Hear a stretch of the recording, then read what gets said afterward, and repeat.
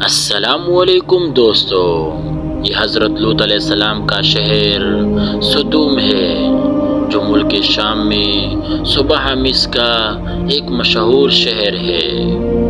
حضرت لوط علیہ السلام بن ہاران بن تارخ یہ حضرت ابراہیم علیہ السلام کی بھتیجے ہیں۔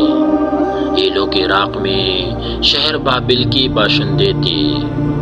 پھر حضرت ابراہیم علیہ السلام وہاں سے ہجرت کر کے فلسطین تشریف لے گئے اور حضرت لوط علیہ السلام ملک شام کے ایک شہر اردن میں مقیم ہو گئی اور اللہ تعالی نے آپ کو نبوت عطا فرما کر سدوم والوں کی ہدایت کے لیے بھیج دیا۔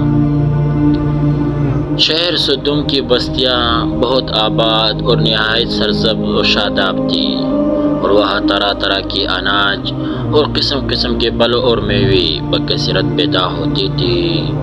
شہر کی خوشحالی کی وجہ سے اکثر جا بجا کے لوگ مہمان بن کر ان آبادیوں میں آیا کرتے تھے اور شہر کے لوگوں کو ان مہمانوں کی مہمان نوازی کا بارہ اٹھانا پڑتا تھا۔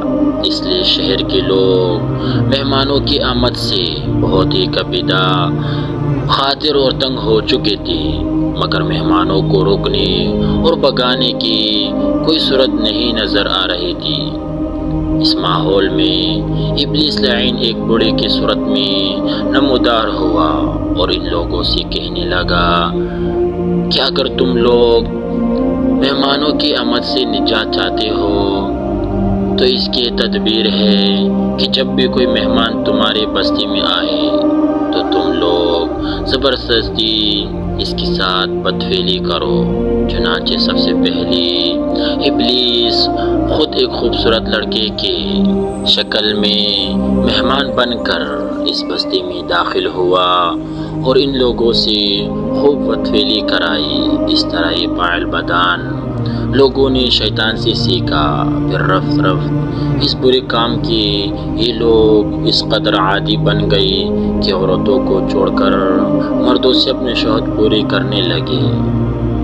حضرت لوط علیہ السلام نے ان لوگوں کو اس فعل بد سے منع کرتے ہوئے اس طرح وعظ فرمایا کہ أَتَأْتُونَ الْفَاحِشَةَ مَا سَبَقَكُمْ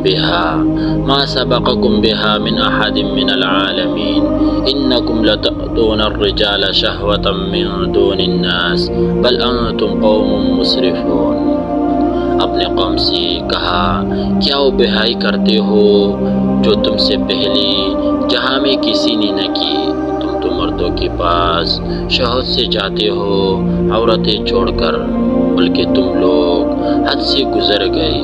حضرت لوط علیہ السلام کی اصلاحی اور مصلحانہ وعظ سن کر ان کی قوم نے نہایت بے باکی اور انتہائی بے-حیائی کے ساتھ کیا کہا، اس کو قرآن کی زبان سے سنیں۔ وَمَا كَانَ جَوَابَ قَوْمِهِ إِلَّا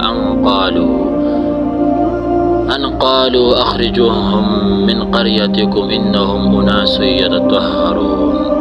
اور اس کی قوم کا کچھ جواب نہ تھا مگر یہی کہنا ہے کہ ان کو اپنے بستی سے نکال دو، یہ لوگ تو پاکیزگی چاہتے ہیں۔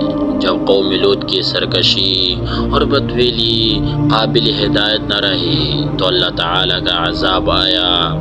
چنانچہ حضرت جبرائیل علیہ السلام چند فرشتوں کو ہمراہ لے کر آسمان سے زمین پر اتر پڑے۔ پھر یہ فرشتے مہمان بن کر حضرت لوط علیہ السلام کے پاس پہنچے اور یہ سب فرشتے بہت ہی حسین اور خوبصورت لڑکوں کی شکل میں تھی۔ ان مہمانوں کے حسن اور جمال کو دیکھ کر اور قوم کی بدکاری کا خیال کر کے حضرت لوط علیہ السلام بہت فکر مند ہوئے۔ تھوڑی دیر بعد قوم کے بدفعلوں نے حضرت لوط علیہ السلام کے گھر کا محاصرہ کر لیا اور ان مہمانوں کے ساتھ بدفعلی کی ارادے سے دیوار پر چڑھنے لگے۔ حضرت لوط علیہ السلام نے نہایت دل سوزی کے ساتھ ان لوگوں کو سمجھانا اور اس برے کام سے منع کرنا شروع کر دیا، مگر شریفت فعل اور سرکش قوم اپنے بےہودہ جواب و برے اقدام سے باز نہ آئے تو آپ نے اپنی تنہائی اور مہمانوں کے سامنے رسوائی سے تنگ دل ہو کر غمگین اور رنجیدہ ہو گئی۔ یہ منظر دیکھ کر حضرت جبرائیل علیہ السلام نے فرمایا کہ اللہ عز و جل کی نبی آپ بالکل کوئی فکر نہ کرے، ہم لوگ اللہ تعالیٰ کے بھیجے ہوئے فرشتے ہیں جو ان بدکاروں پر عذاب لے کر اترے پڑے، لہٰذا آپ مومنوں اور اپنے اہل و عیال کو ساتھ لے کر صبح ہونے سے قبل ہی اس بستی سے دور نکل جائے، اور خبردار کوئی شخص پیچھے مڑ کر اس بستی کی طرف نہ دیکھے ورنہ وہ بھی اس عذاب میں گرفتار ہو جائے گی۔ چنانچہ حضرت لوط علیہ السلام نے اپنے گھر والوں اور مومنوں کو ہمراہ لے کر بستی سے باہر نکل گئے۔ پھر حضرت جبرائیل علیہ السلام اس شہر کے 5 بستیوں کو اپنے پروں پر اٹھا کر آسمانوں کی طرف بلند ہوئی اور کچھ اوپر جا کر ان بستیوں کو الٹ دیا۔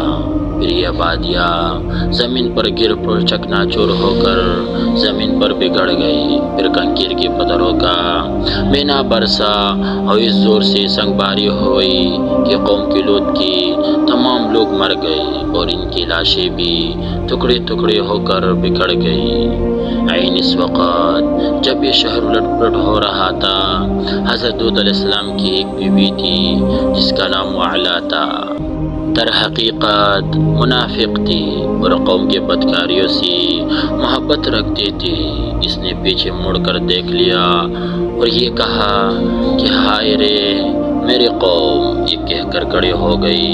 پھر عذاب الہی کا ایک پتھر اس کے اوپر بھی گر پڑا اور وہ بھی ہلاک ہو گئی۔ چنانچہ قرآن مجید میں حق تعالی کا ارشاد ہے کہ فَأَنْجَيْنَاهُ وَأَهْلَهُ إِلَّا امْرَأَتَهُ كَانَتْ مِنَ الْغَابِرِينَ وَأَمْطَرْنَا عَلَيْهِمْ مَطَرًا فَانظُرْ كَيْفَ كَانَ عَاقِبَةُ الْمُجْرِمِينَ۔ تو ہم نے ایسے اور اس کے گھر والوں کو نجات دی مگر اس کی عورت اور رہ جانے والے میں ہوئی، اور ہم نے ان پر ایک مینا برسایا، جو دیکھو کیسا انجام ہوا مجرموں کا۔ جو پتھر اس قوم پر برسائی گئی ان کنکروں کے ٹکڑے تھے، اور ہر پتھر پر اس شخص کا نام لکھا ہوا تھا جو اس پتھر سے ہلاک ہوا۔ اس واقعے سے معلوم ہوا کہ لواطت کس قدر شدید اور ہولناک گناہ کبیرہ ہے۔ اس جرم میں قوم لوط کی بستیاں الٹ پلٹ کر دی گئی اور مجرمین پتھروں کے عذاب سے مر کر دنیا سے نیز نابود ہو گئی۔ منقول ہے کہ حضرت سلیمان علیہ السلام نے ایک مرتبہ ابلیس لعین سے پوچھا کہ اللہ تعالیٰ کو سب سے بڑھ کر کون سا گناہ ناپسند ہے، تو ابلیس نے کہا کہ سب سے زیادہ اللہ تعالیٰ کو یہ گناہ ناپسند ہے مرد کا مرد سے بدفعلی کرے اور عورت عورت سے اپنی شہوت پوری کرے۔ اور حدیث میں ہے کہ عورت کا اپنے فرج کو دوسرے عورت کے پر سے رگڑنا یہ ان دونوں کی زنا ہے جو کبیرہ گناہ ہے۔